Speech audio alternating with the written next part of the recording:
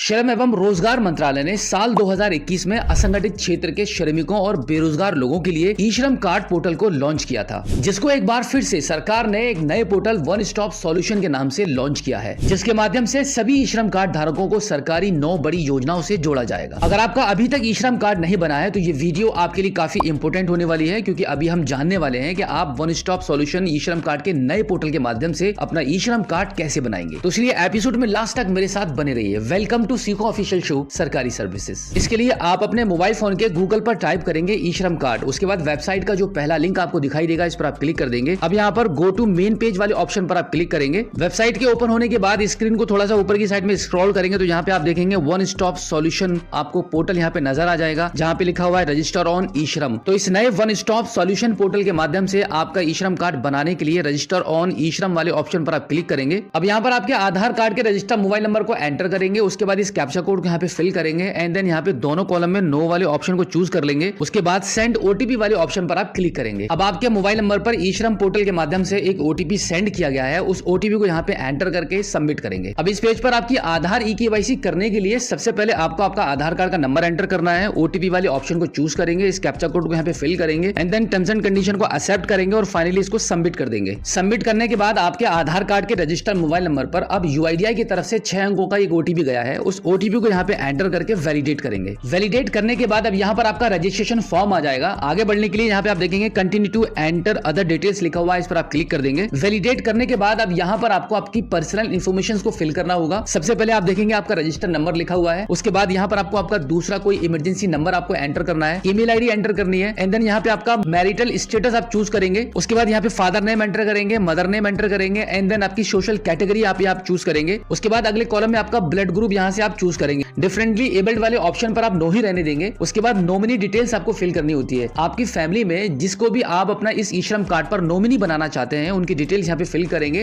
सबसे पहले आपके नॉमिनी का नाम एंटर करेंगे, डीओबी एंटर करेंगे, जेंडर सेलेक्ट करेंगे। उसके बाद रिलेशनशिप विद एप्लीकेंट, यानी आपका उनसे क्या रिलेशन है वो यहाँ पे आपको चूज करना होगा। उसके बाद नॉमिनी का एड्रेस यहाँ पे एंटर करेंगे, मोबाइल नंबर एंटर करके सेव एंड कंटिन्यू वाले ऑप्शन पर आप क्लिक कर देंगे। इसके बाद अब एड्रेस वाला ऑप्शन आ जाएगा, जिसमें आपको आपकी रेजिडेंशियल डिटेल्स को फिल करना होगा। सबसे पहले यहाँ से आपका स्टेट चूज करेंगे, उसके बाद डिस्ट्रिक्ट चूज करेंगे। अब इसके आगे आपको आपका करंट एड्रेस फिल करना होगा, जिसमें आपको 2 ऑप्शन मिलते हैं, जिसमें पहला रहेगा अर्बन और दूसरा है रूरल। अगर आप सिटी से बिलोंग करते हैं तो अर्बन वाले ऑप्शन को चूज करेंगे और अगर आप गांव देहात से बिलोंग करते हैं तो रूरल वाले ऑप्शन को चूज कर लेंगे। उसके बाद यहाँ पे आपका कंप्लीट एड्रेस आपको एंटर करना होगा आपके आधार कार्ड के अकॉर्डिंग, जो आपका करंट एड्रेस है। एड्रेस एंटर करने के बाद अगला ऑप्शन आपका आ जाता है स्टेइंग एट करंट लोकेशन, क्या आप इस एड्रेस पर कब से रह रहे हैं। तो यहाँ पे आप क्लिक करेंगे तो आपको ईयर्स में कुछ ऑप्शन मिल जाएंगे, जितने भी टाइम से आप इस एड्रेस पर रह रहे हैं उसको आप चूज कर लेंगे। इसके बाद अब यहाँ पर आपको आपका परमानेंट एड्रेस एंटर करना है, जिसमें रूरल और अर्बन वाले ऑप्शन में से किसी एक को चूज करके पूरा एड्रेस आपका एंटर करेंगे। उसके बाद सेव एंड कंटिन्यू वाले ऑप्शन पर क्लिक कर देंगे। अब इस पेज पर आपको आपकी एजुकेशन क्वालिफिकेशन को चूज करना होगा, तो यहाँ पे आप क्लिक करेंगे। तो अगर आप पढ़े लिखे नहीं है तो आप सबसे पहले वाले ऑप्शन को नॉट इलिटरेट को ही चूज कर लेंगे, और अगर आपकी जो भी एजुकेशन है तो आप उसको यहाँ से चूज कर लेंगे। एंड देन यहाँ पे मंथली स्लैब इनकम आपको चूज करना होता है, जो भी आपकी इनकम है मंथली वो चूज कर लीजिए। उसके बाद अगर आपके पास आपका इनकम सर्टिफिकेट है तो आप यहाँ पे वो भी अपलोड कर सकते हैं। अगर आपके पास कोई भी सर्टिफिकेट नहीं है तो आप दोनों कॉलम को ऐसे ही खाली छोड़ दीजिए and then save and continue वाले ऑप्शन पर क्लिक कर दीजिए। अब यहाँ पर आपको ऑक्यूपेशन एंड स्किल्स की डिटेल्स को फिल करना होगा। इसके लिए आप सबसे पहले प्राइमरी ऑक्यूपेशन वाले ऑप्शन पर टिक करेंगे और यहाँ पे जो भी आपका काम है उसको आप सर्च कर लेंगे, बिल्कुल इसी तरीके से। जिस कैटेगरी को आप यहाँ पे टाइप करेंगे वो कैटेगरी यहाँ पे निकलकर सामने आ जाएगी, उसको आप यहाँ से चूज कर लेंगे। इसके बाद वर्किंग एक्सपीरियंस वाले कॉलम पर क्लिक करेंगे तो यहाँ पे आपको ईयर्स चूज करनी होगी कि आपने जो ऑक्यूपेशन चूज किया है उसका आपको कितने साल का एक्सपीरियंस है, वो यहाँ पे आप चूज कर लीजिए। एंड देन यहाँ पे सेकेंडरी ऑक्यूपेशन भी आपको चूज करना रहेगा, तो यहाँ पे ऑटो सर्च वाले कॉलम पर क्लिक करेंगे और आपका जो भी सेकेंडरी वर्क होगा वो आप यहाँ पे सर्च कर लेंगे। उसके बाद अगर आपके पास ऑक्यूपेशन सर्टिफिकेट है तो आप अपलोड कर दीजिए, अदरवाइज इसको ब्लैंक ही छोड़ दीजिए and then save and continue वाले ऑप्शन पर आप क्लिक करेंगे। अब यहाँ पर आपको फाइनली मोस्ट इंपोर्टेंट आपकी बैंक की डिटेल्स को फिल करना होगा। सबसे पहले आपके बैंक के अकाउंट के नंबर को एंटर करेंगे और दोबारा से फिर एंटर करके कंफर्म करेंगे एंड देन यहाँ पे बैंक